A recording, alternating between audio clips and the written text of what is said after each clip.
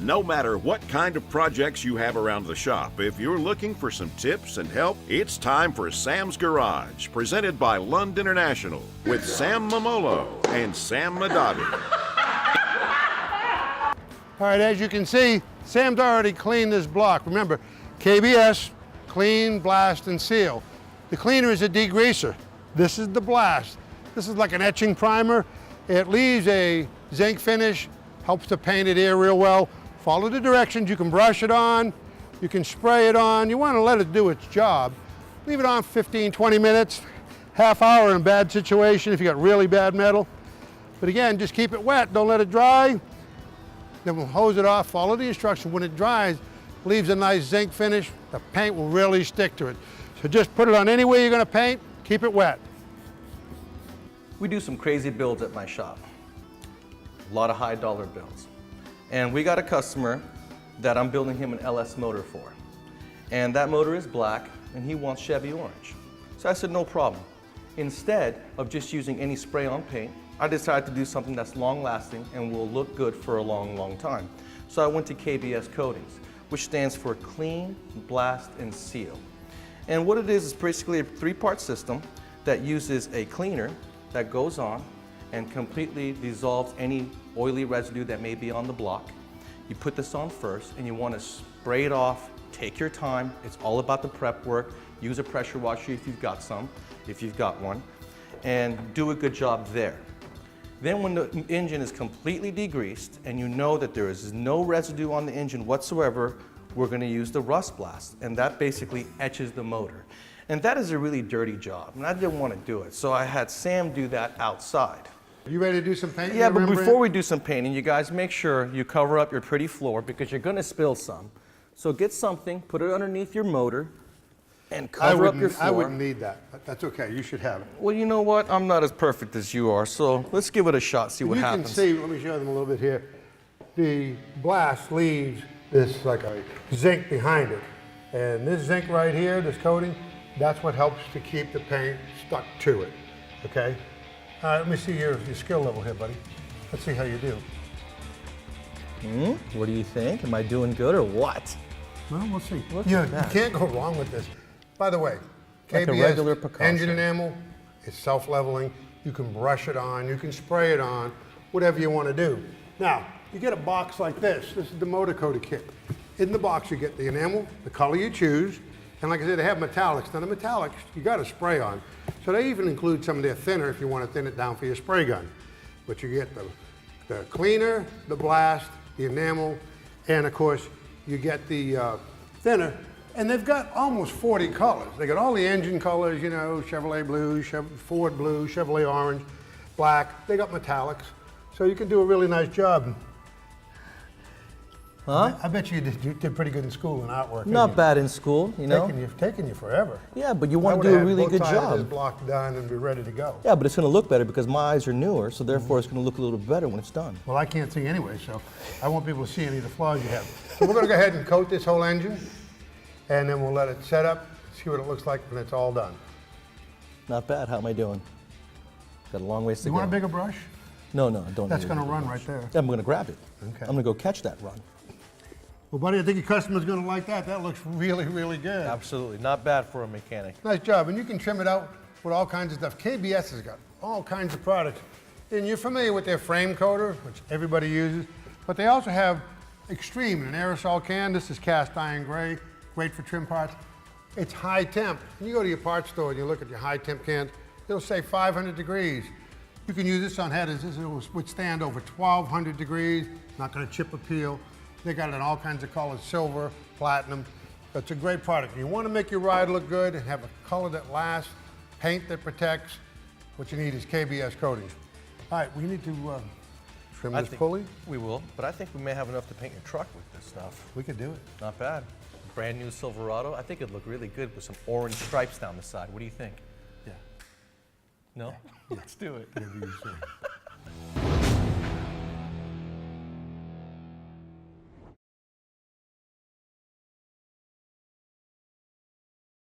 Sam's Garage, presented by Lund International, is being brought to you by Low Carb Performance Products.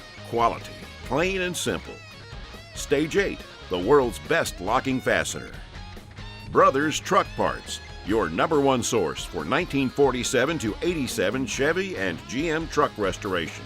Bushwhacker, inventor of the fender flare. Welcome to the Brothers Truck Parts Workshop. Bring this in.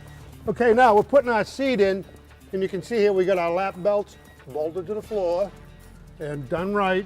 And then this is where the 3-point, the shoulder part of it, is bolted up here. We left the reels loose at the bottom till we get the seat in and we can position the brackets. All right, Jim, let's go ahead and lay this in place. Oop. Ooh, my reel here. We're getting close, I think. A little bit my way, Come your way a little bit? just a hair. There you go. Sounded like it. Yours needs to go back just a little bit. There you go, you're in. You Yep. should be. Absolutely. Now, what a difference this seat makes Wow. over what we took out of here. I mean, you saw the one we took out of here. The foam on it was destroyed. It looked like someone had lived on it for a year. Well, 30 some odd, 40 years old, you know. Now, And the this- neat part is, if this looks great with this carpet, it's going to be much more comfortable than the seat the truck came with. It reclines, it's a split back. These are all custom made, right? Yeah, this is, I mean, these are custom-made seats. They come in black with blue stitching, red stitching, white stitching. I mean, like you said, they're conformed to the body shape, fit comfortable. I mean, you could drive for hours in this thing, not get tired. Absolutely. Show them how you finished off. This is a nice piece for the carpets. Got this little stainless steel or aluminum trim. Those are nice. Yeah, they turned out really good. I mean, they trim in the edge of the carpet. We put brand new pads on here, so brake pedal pad, gas pedal. Right. And this truck really, really looks sharp on the inside. We'll finish up a little bit on the dash, and this thing will be brand new. Let's go ahead and put some door panels on. That door panel looks great. How are we doing with this? Looks awesome. Yeah, you did a great job over there. I've already got this one kind of mocked up. I got the template already done, so we can get rid of this. And what you do is you get this template in the kit, you tape it up there, and then you mark your holes and you drill your holes down, and that way, because this thing attaches with clips. All right? Yep. Ready to drill? Make sure these are still good. Put that one and that one. I'll hold the door here.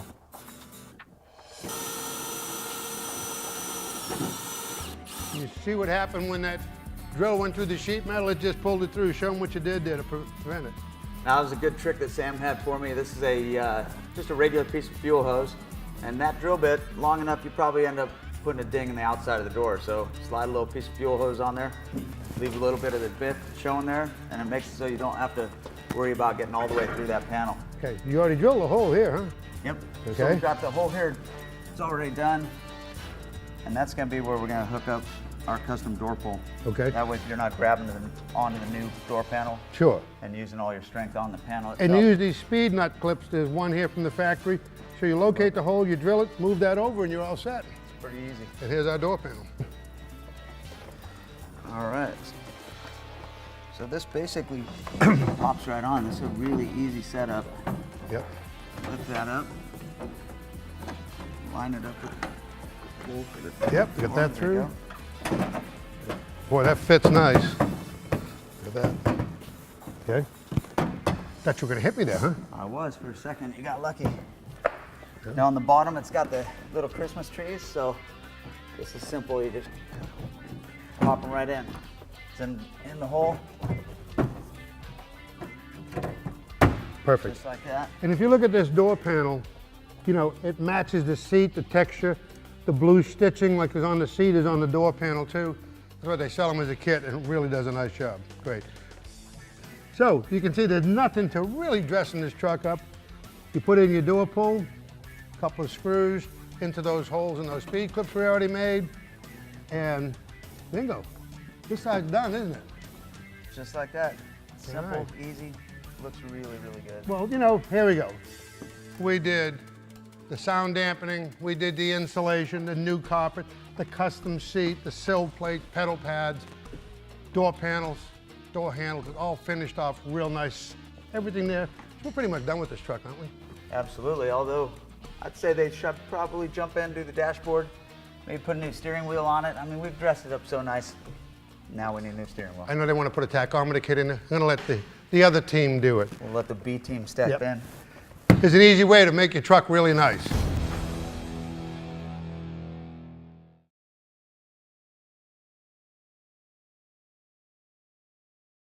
This is the DS18 Project Supra. All right, guys, today on our DS18 Super project, we're going to be addressing the cooling system, and we're going to start by putting in the radiator. And what we want to do is make sure that the fans that come with the radiator get installed properly, and you put the felt on from behind. Now, this Mishimoto radiator I've been using for a number of years in my import applications, but they've also got a lot of domestic applications as well. I've even got one in my personal Ford Excursion. They do a really good job. What makes them different than everybody else is not only do they have a lifetime warranty, but they also have a collision warranty. If God forbid you guys go out and you're going to a car show and you wrecked your car, they'll actually cover the product once you've had it repaired, which is a really cool feature that I don't think anybody in the industry does. You also want to make sure that when you remove your product from the package, you want to inspect it. We have a little bit of structure damage here. It's not going to affect our radiator, so we're going to go ahead and run with it. That's just something you have to deal with when it comes to custom work like this. And then also, you want to make sure that all your drain lines, your bungs, are going to be tight before you install your radiator. We're going to go ahead and put a little bit of lube on our rubber mounts on the bottom, and then we can go ahead and put this guy in. All right, we're going to take it down, put it in its place, press it down, just like that. It's a pretty easy install. We're going to get our brackets, put them in place. We did get new ones in this case because this radiator looks so pretty, we didn't want to use the old brackets. So we went ahead and got new ones. All right, so that's the radiator. And then we can go on to installing our oil cooler. We're gonna take the car up in the air first. All right, guys, now we're gonna be installing our oil cooler. This oil cooler is very nice. It's got nice mounting flanges with it. It's got nice Dash 10 AN lines with it. It's gonna do a good job of keeping the oil cool. And if you guys had automatic transmissions, you can put one for your automatic transmission as well.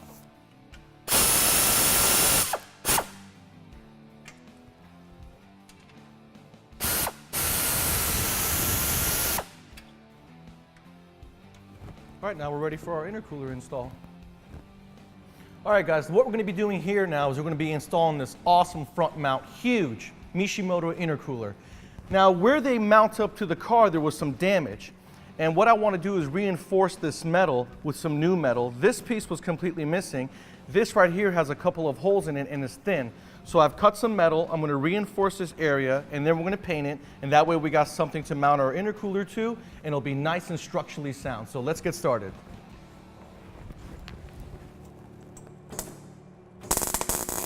You wanna make sure to do this slowly so that you don't burn anything up, because the metal that I'm welding to is actually very thin. So we wanna go slow in order not to burn through.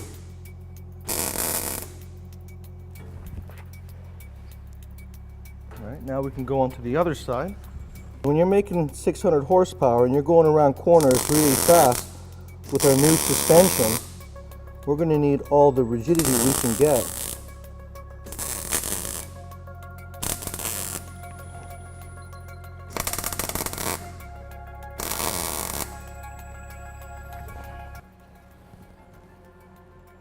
All right, that should work just fine. Now we'll let it cool down, spray some paint, and we're ready to mount our intercooler.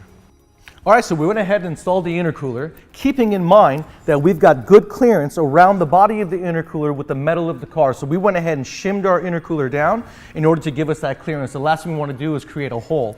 Then we're going to go ahead and bolt up our bracket down below, and we will be ready to start making up some intercooler piping provided to us by Race Parts Solutions, and we'll be ready to shove some boost through this guy. You know, Sam and I are having a great time walking around SEMA. We get to see some of the latest and greatest products. We're here in the Prevost booth, you know, the blue pipe that runs your air system. We know all about it. Your shop's plumbed, my shop's plumbed. It's great stuff. But now here's a new product for repairing air hoses. Absolutely. Here's a great way to go. Don't need any tools, you need no wrenches, no Teflon tape. What you have here is a coupler. You got a protector and a clamp. By the way, these things here, they have notches on them you can cut. It'll cover from 9/16 or 14 millimeter to 17 millimeter, 11/16 hoses. They have bigger sizes. So you slide that on, make sure you put your clamp there, make sure your hose is nice and square, and then position that clamp about halfway. Take your end nippers, that's all you need, okay? You give it a little squeeze about halfway, turn it over, do the other one all the way, then go back and finish this one. Nice and tight. Now, there's an arrow facing here. See, what you want to do is hold the hose, turn that, line the arrow with the arrow and the clamp, slide it up and over, make it all the way home, hold your hose, another arrow, turn it that way, it locks, and now you're protected. You don't cut yourself, you don't scratch the car. It's very lightweight, it's a great way to go. Absolutely. It's got a strain protector built in. You don't cut your hands from the clamp, from the ears. You got a quick release. It's very nice. Right, and it doesn't fly out. Prevost has got you covered. Just a great way to go with air hoses in your shop. Let's go find something else to do. Yes, sir.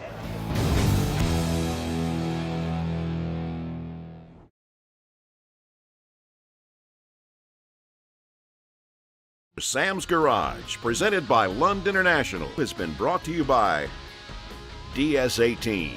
We like it loud. Appalachian Tourism. Virginia is for lovers. HE&M Saw, the saw that cuts straight. Roll and Lock, the most advanced tonneau cover ever made.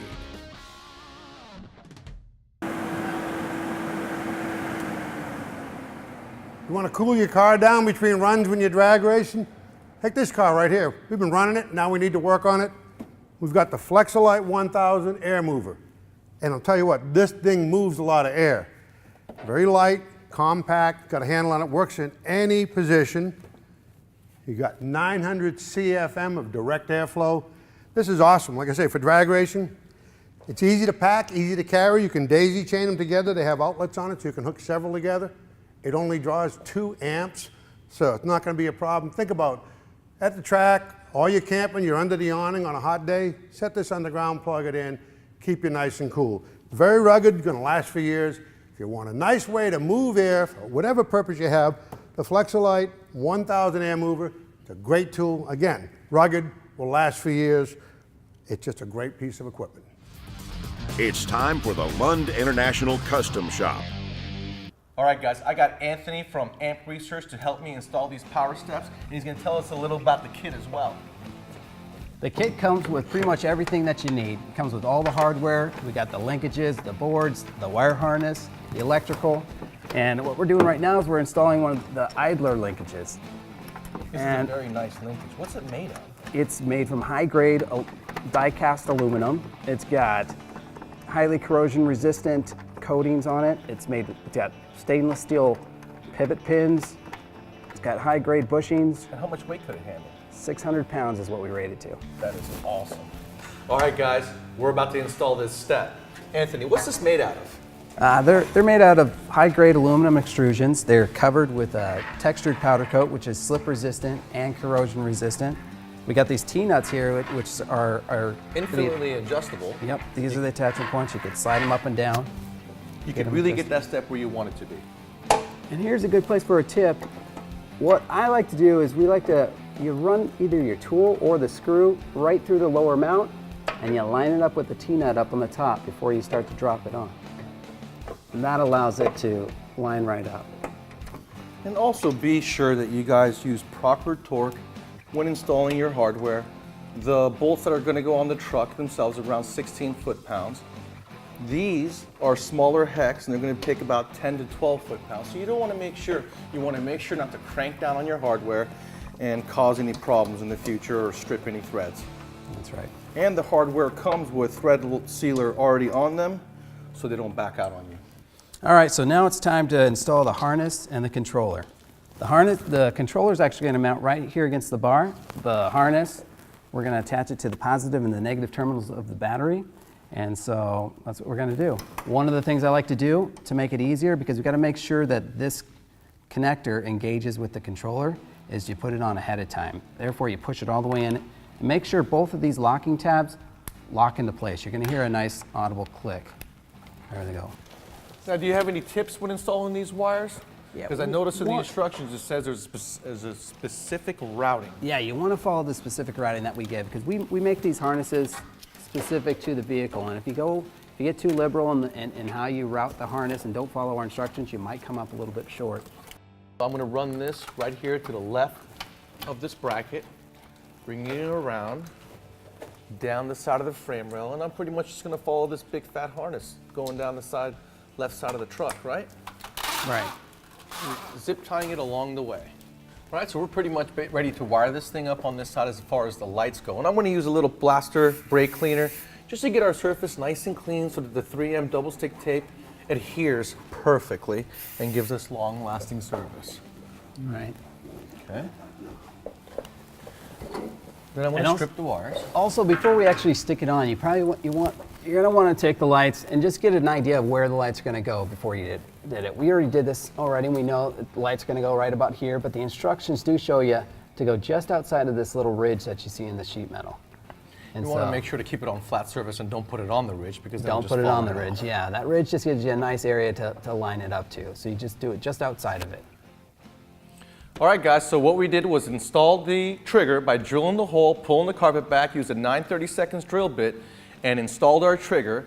And last, what we're going to do, We put the fuse in place, and operate the steps. that's it. We're That's it. done. Very cool. One thing you'll notice is that there's a little bit of a delay when the steps go up, and that's for when you open the door and you get out, you may want to get something from the back of the vehicle. So it gives you enough time to get to the back, get your stuff out, and then the steps are going to go up, rather than the steps jumping up and down as you get to the back door. So That's a very cool feature. that little delay is there by design. What are you doing? Checking out some pictures? Man, I'll tell you what, I knew you built some cars, but this is quite a portfolio. You built a lot of cars. Well, we've been doing it for 18 years. Now, I know why I haven't seen you before, because you've never invited me to your house. And these have been hidden in the house. Now Julie doesn't want to dust them, so she's throwing them out. That is the truth. You got me. Nice. Thank you.